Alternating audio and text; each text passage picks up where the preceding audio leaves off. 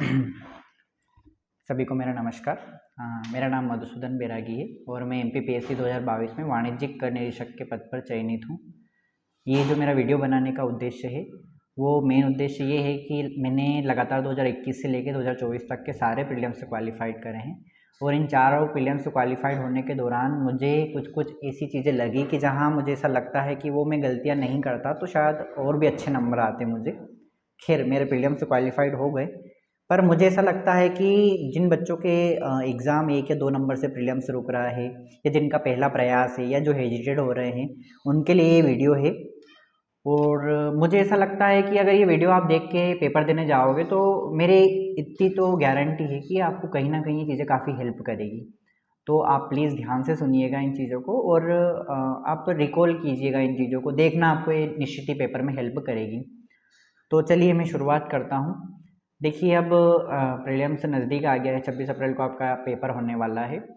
तो निश्चित ही आपके मन में कुछ डाउट्स आ रहे होंगे और सबसे बड़ा डाउट्स आ रहा होगा सेल्फ डाउट कि अपन ने इतना सारा पढ़ लिया पर याद कुछ भी नहीं रह रहा है। तो ये सबके साथ होता है, मेरे साथ भी हुआ है, तो आप इसमें कोई डरने वाली बात नहीं है।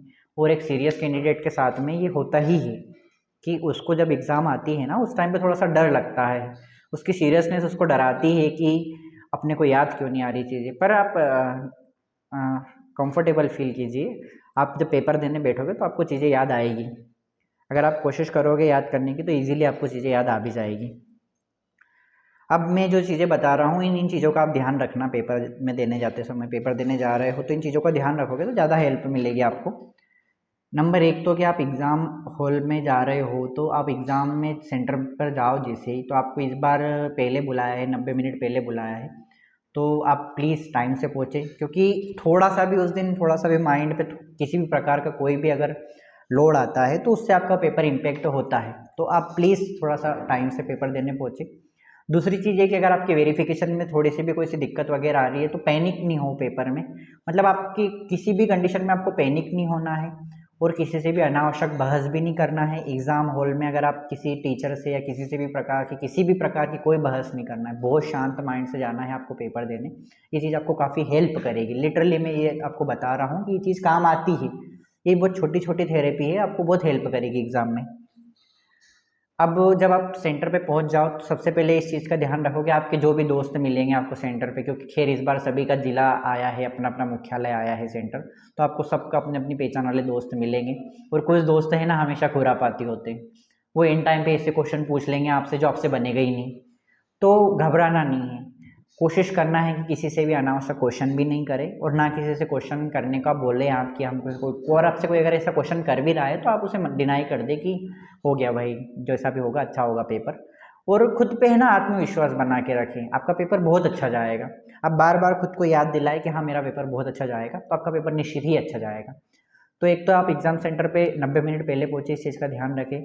किसी भी स्थिति में पैनिक नहीं होना है। दूसरी चीज़ कि किसी से भी अनावश्यक बहस नहीं करना है, किसी से क्वेश्चन भी नहीं करना है, ना किसी से क्वेश्चन करने देना है।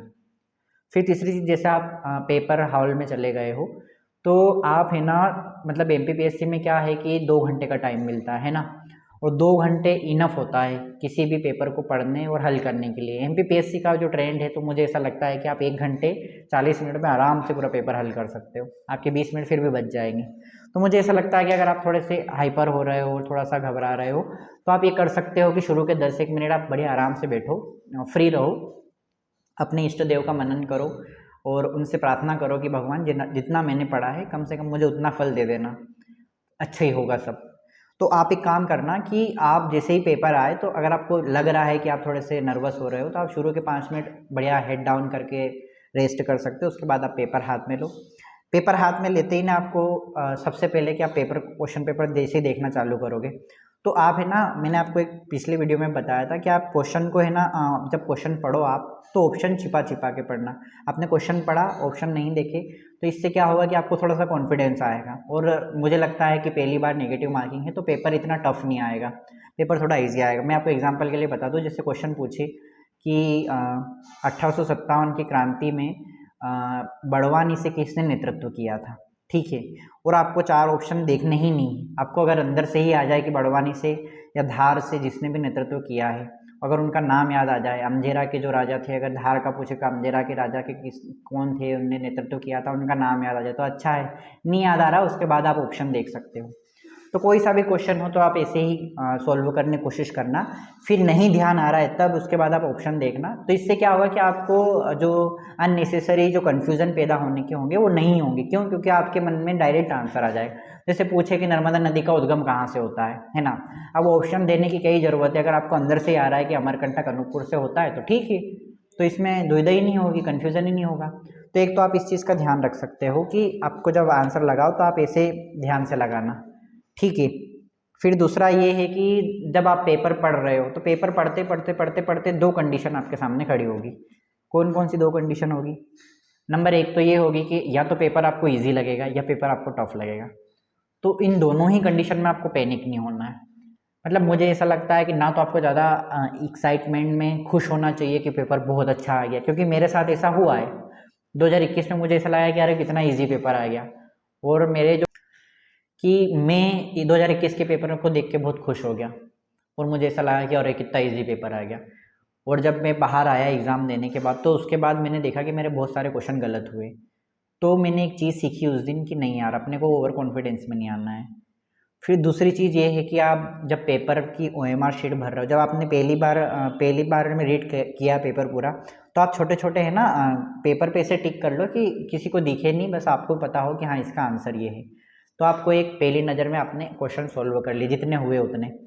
और फिर जब आप ओएमआर भरने जाओ तो ओएमआर बहुत ध्यान से भरना दोस्तों, क्योंकि मुझे ऐसा लगता है कि ओएमआर भरने से आपको मतलब बहुत सावधानी से भरना चाहिए, क्योंकि उसमें अच्छा अगर आपने थोड़ी सी भी गलती करी तो उसके आपको बहुत नेगेटिव इम्पैक्ट देखने को मिल सकते हैं। मेरे साथ 2021 में क्या हुआ कि मैंने 100 नंबर से ओएमआर शीट भरना चालू करी, 100, 99, 98 ऐसे भरना चालू करी।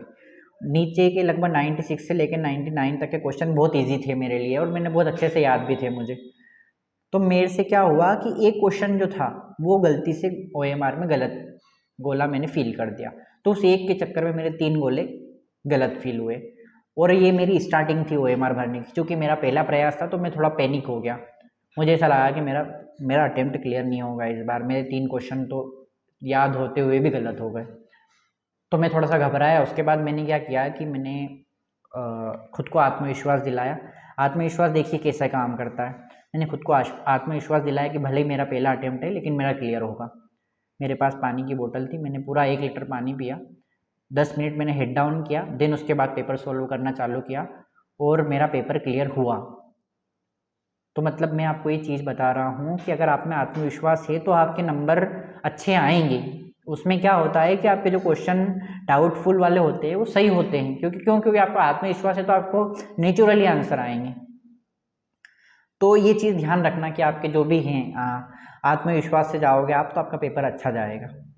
फिर एक चीज़ ये भी है कि कभी कभी क्या होता है कि मैंने एक गलती करी थी एक पेपर के दौरान, बहुत इजी क्वेश्चन गलत हो जाते हैं। कैसे गलत हो जाते हैं देखिए, मैं आपको एग्जांपल देता हूँ।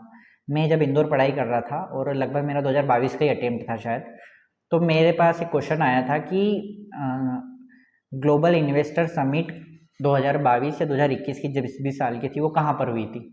और मैं जब डेली लाइब्रेरी जाता था तो मैं डेली पोस्टर से देखता था कि इंदौर के जो ब्रिलियंट कन्वेंशन सेंटर है वहाँ पे ग्लोबल इन्वेस्टर समिट हो रही है। तो मुझे बहुत अच्छे से याद था कि ग्लोबल इन्वेस्टर समिट इंदौर के ब्रिलियंट कन्वेंशन सेंटर में हो रही है।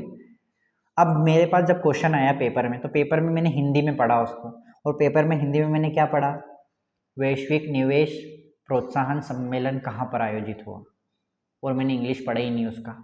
और मैंने सोचा कि यार ये वैश्विक निवेश प्रोत्साहन सम्मेलन तो भोपाल में ही हुआ होगा, और मैंने भोपाल टिक कर दिया। अब मैं घर आया, मैंने इंग्लिश में देखा तो मुझे बड़ा रिग्रेट हुआ। खैर मेरा क्लियर हो गया वो प्रयास, पर मैं आपको ये बता रहा हूँ कि ये क्वेश्चन भी ठीक हो सकता था। ऐसे क्वेश्चन आपको बाहर करवा देते हैं। मुझे ऐसा लगता है दोस्तों है ना, टफ क्वेश्चन आपको कभी भी एग्जाम से बाहर नहीं करवाता, इजी क्वेश्चन आपको बाहर करवाता है। तो आप हमेशा ये मान के चले कि आपके इजी क्वेश्चन गलत नहीं होने चाहिए, तो आप एग्जाम के अंदर ही रहोगे, आपका क्लियर हो जाएगा प्रीलिम्स। तो आपको एक चीज़ ये भी ध्यान रखना है कि आप कोशिश करा करो कि हिंदी और इंग्लिश दोनों में पढ़ लो, तो आपको थोड़ा सा एक मार्गदर्शन मिल जाएगा कि हाँ क्या हो रहा है एक्चुअल में, कि क्या क्वेश्चन हो रहा है, क्या क्वेश्चन पूछना चाह रहा है। फिर एक चीज़ ये है कि मैंने ऐसे कई क्वेश्चन देखे हैं जहाँ पे क्या होता है कि अपने माइंड में कुछ और चलता है, पेपर में कुछ और लिखा होता है। देखिए मैं एग्जाम्पल के थ्रू बताता हूँ। जैसे क्वेश्चन पूछता है कि मध्य प्रदेश का सर्वाधिक जनघनत्व वाला जिला कौन सा है, और माइंड में क्या चल रहा है कि न्यूनतम जनघनत्व वाला पूछ रहा है। अब उसने पहला ऑप्शन दे दिया डिंडोरी, और वो पूछ क्या रहा था सर्वाधिक जनघनत्व वाला, और अपन ने कर क्या दिया, डिंडोरी को फिल कर दिया। क्यों? क्योंकि अपने माइंड में वो चल रहा था, उसने पहला ऑप्शन भी वो दे दिया। तो इस चीज़ का भी ध्यान रखना है कि आपके माइंड में और आपके पेपर के बीच में संतुलन होना चाहिए कि आप जो पढ़ रहे हो वो ही आंसर लगा रहे हो, है ना। इस चीज़ का बहुत ध्यान से भरना, ध्यान से गोले भरना। मैं आपको ये बार बार इसलिए बोल रहा हूँ क्योंकि ये चीज़ें मेरे साथ हुई है और वो आपके साथ नहीं हो, इसलिए मैं आपको बोल रहा हूँ। फिर इसके बाद में अगर आपका पेपर देख लिया है, आपने OMR पूरी फिल कर ली है, देन उसके बाद में आप निश्चिंत हो जाइए, जो होगा सब अच्छा होगा। और पेपर के पहले आपको रिजल्ट के बारे में नहीं सोचना है कि क्या होगा कैसे होगा, आप इतना कीजिए तो आपका पेपर बहुत अच्छा जाएगा। इसके अलावा आपके कोई और सुझाव हो तो आप मुझे कमेंट बॉक्स में पोस्ट कर सकते हैं। नमस्कार।